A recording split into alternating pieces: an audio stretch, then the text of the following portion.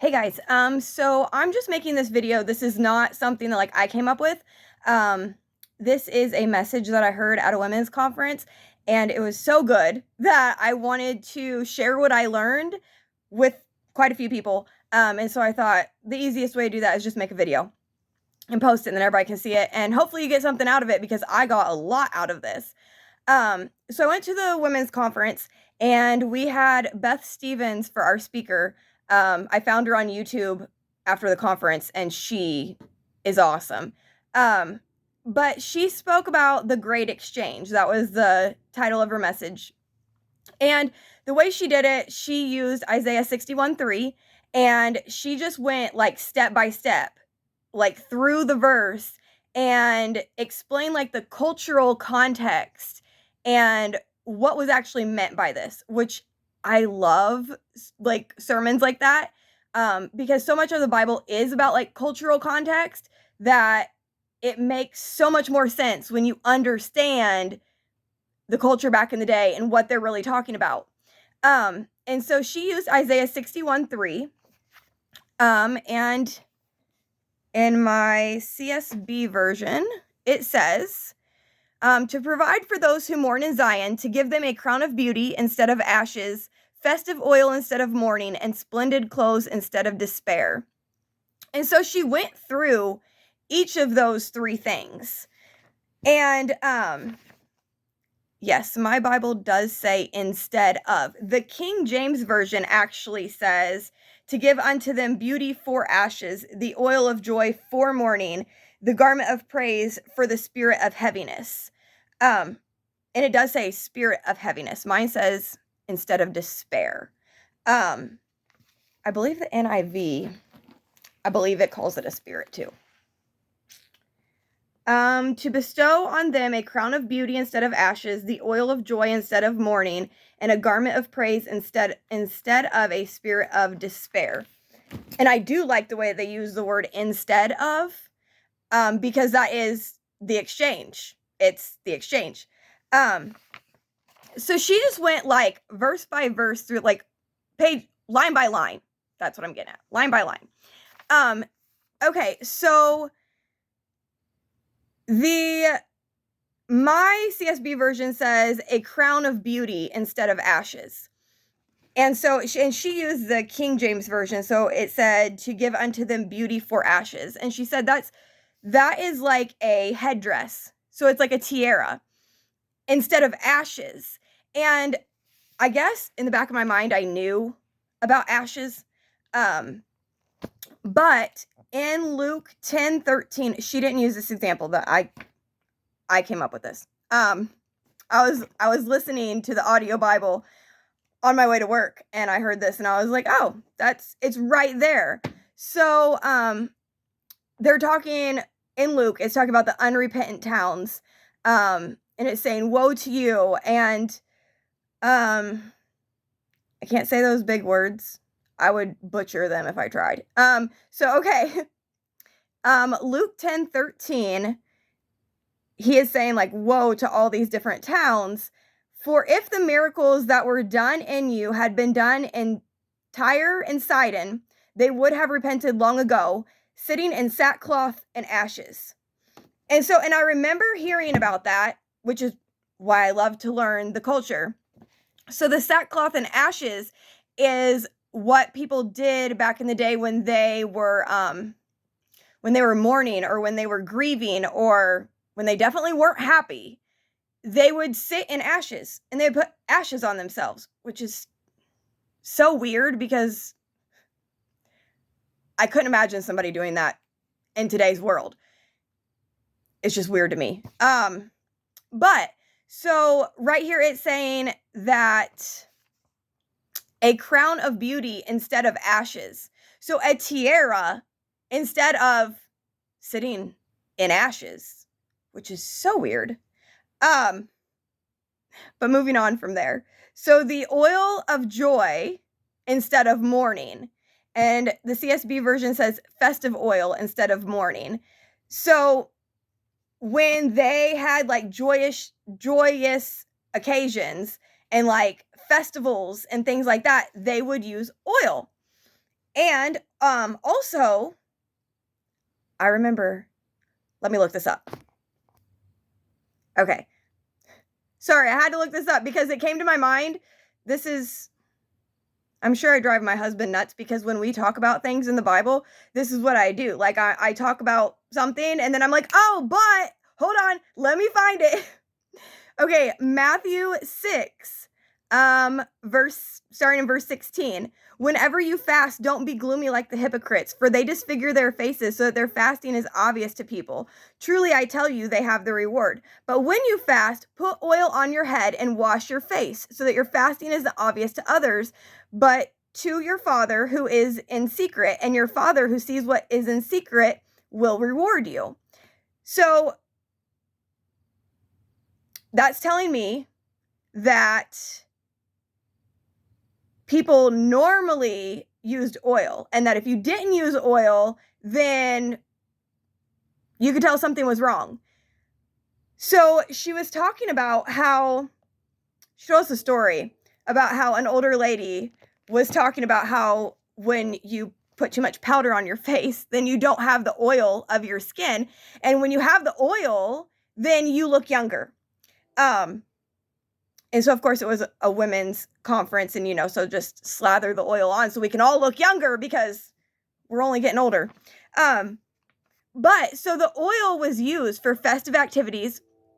And Beth was talking about how when they were in mourning, they would actually put their oil up and they wouldn't use their oil.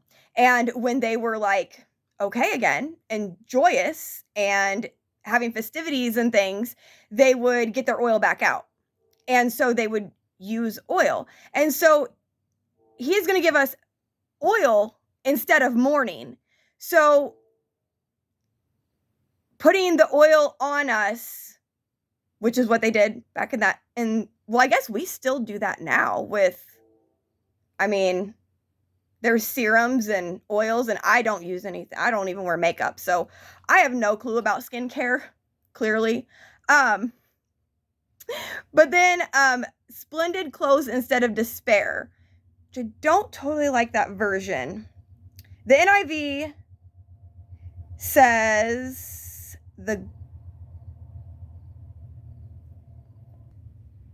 I have too many Bibles going on right now. Okay. So the NIV says a garment of praise instead of a spirit of despair. And the King James Version says a garment of praise for the spirit of heaviness, which I think that's kind of what I've always heard is the spirit of heaviness. That's how I've always heard it. And so she was talking about, this was the one that really got me and really made me think. So the spirit of heaviness, it's called a spirit in the Bible, a spirit of heaviness. And it's not from God. So where is that spirit from? It's from hell. You don't need that spirit on you. So instead of the spirit of heaviness, there's a song. Put on the garment of praise for the spirit of heaviness. Lift up your voice to God. And so she talked so much about putting on the garment of praise. And I like this illustration that she did. She said how in her hotel room, there's a place to, hang your garment, to hang your dress. And she said, I can walk in front of that dress all day, but it's not just going to magically get on me. Like I'm not just magically going to I have to actually take it off the hanger and put it on. And so that really got to me because I was like, wait a minute. We're supposed to have the garment of praise instead of the spirit of heaviness. The spirit of heaviness is from hell. It's not from Jesus at all. And so we need the garment of praise. But we have a responsibility to put on that garment of praise. Or we could just, let the spirit of heaviness hang around, because most of us do. We do. Anxiety, depression. She went on about how depression is hitting kids younger and younger. And she was talking about how she's done youth camps and normally, you know, an altar call and 9 out of 10 kids come up and they have they need a physical healing. But now, if you need healing, come forward. Oh, what do you need healing for? Oh, panic attacks, my anxiety, my depression, I'm suicidal. Like, what? That's younger and younger and younger. And that is a spirit. It's a spirit of heaviness. And we have to break that off. And how do we break that off? With the garment of praise. We have to put on the garment of praise. We have to consciously put on the garment of praise. And she talked about how, and not saying that medicine's bad, because, well, I'm on medicine, not totally for anxiety, it's for ADHD. But my anxiety went down when I got on that medicine because it's a whole big thing. But I'm on medication. And in high school, they tried so many anxiety medications, it wasn't even funny. And in my 20s, went through so many anxiety medications. And so, and they didn't help. They didn't help at all. It's a spirit. It is literally a spirit. And Satan, and I'm getting this from her, so this is not like, I didn't come up with this, but Satan has convinced us that it is totally okay to have anxiety. Like, oh, yeah, it's just how I am. I worry about everything. And I'm one of those people. I worry about everything. And I have for as long as I can remember. And I don't really, like, I've never really been able to see myself not worrying. It's what I'm good at. I'm good at worrying. And that's a spirit from hell. And I'm good at that. And like, how am I okay with that? How am I okay with, oh yeah, I got horrible anxiety, but we're good. No, we are not. No, we are not to worry about things. We are not to have anxiety. We're talking about, in our Wednesday night Bible study, we're talking about anxiety and fear. And so we like dug deep Wednesday, and it was a good class. But like, where does anxiety come from? Like, yeah, it comes from hell. It's a spirit from hell. But deeper, why do you have anxiety? Oh, well, because, the economy and my kids and this world and just, oh my goodness. Then what are you focusing on? Are you focusing on God? Do you trust that God can take care of things? If you trusted that he could take care, if you fully trusted that he could take care of things, would you have anxiety? Or would you fully trust that, oh yeah, okay, God's got this. Like, I'm just going to leave that in his hands and it's okay. I struggle with, that's probably my biggest struggle, honestly.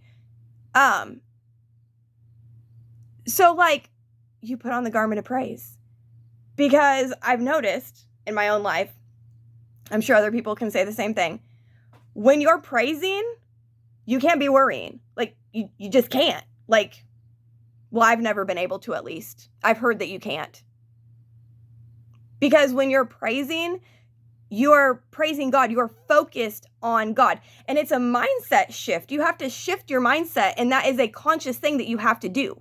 You can't just let your mind run wild. That's why it says to take every thought captive. Because if you don't take your thoughts captive, my ADHD brain will just go crazy. I mean, it starts thinking of stuff before I even realize what I'm thinking. Like, how in the world did I get to thinking about this? Oh, because I was thinking about this and then this and then this. Oh, yeah, I started thinking about that. Got all the way over here before I even realized it. No, we have to take every thought captive. Because if we don't, we spiral into anxiety, into depression, into fear, which God says how many times in the Bible, do not fear. Because we fear all the time. We worry about everything. And he says, don't worry about tomorrow. Today has enough worries of its own. Don't worry about what you're going to eat or drink. Don't worry about what you're going to wear. Don't worry about stuff. And yet we still do. And then, as my pastor said one time, if God tells you not to do something and you do it anyway, what's that called? It's called sin. How many times did God tell you not to be afraid? And if you are afraid, then what are you doing? Sinning. But it was really weird when I realized that, because the Bible doesn't like explicitly say like, oh yeah, worry is a sin. But there is a spirit of heaviness, and that spirit's not from God. And he tells us not to worry. He tells us not to be afraid. And we do it anyway. And that's not living abundantly. That's not living the way that he's called us to live. And so that's hindering our calling. That's hindering us living the life that we're supposed to live. So really, the only person that we're hurting is ourselves. Well, we're probably hurting other people too by not walking in our calling. But we're hurting ourselves when we do that. Like, we don't realize that we're like self-sabotaging ourselves when he gave us all the instructions that we need right in the Bible. And I don't always listen to them, but I just thought that this was like the coolest, okay, not the coolest, but one of the coolest messages I've ever heard. There was an awesome altar call, and there was a lot of breakthrough, and stay posted for the next video, because I already got it. It's basically like a testimony, but it's awesome. And I'm very big about building people's faith up, because when you hear testimonies, it shows you that what God's doing. He's doing this now. He's still doing this. Like, it builds your faith up. And so when you have your faith built up, you are more firm in your belief, more firm in your faith, more like, I'm really big about testimonies, and sharing your story. I think that was the first video I ever made. Share your story, share your testimony, tell people what God's doing and get excited about it. And that's kind of where I am at this point. So, there's another video coming. And I'm not exactly sure what all it's going to entail, because, I only know the beginning of it, and I might go off on a lot of tangents, but it's awesome. God is doing like amazing things, massive breakthroughs. Just wow. Like, he is blowing our minds. And yeah, put on the garment of praise and stop living in worry and stop living in fear and trust God completely and shift your mindset and just be on the lookout for everything that he's doing, because he's moving and he's working, and it is awesome.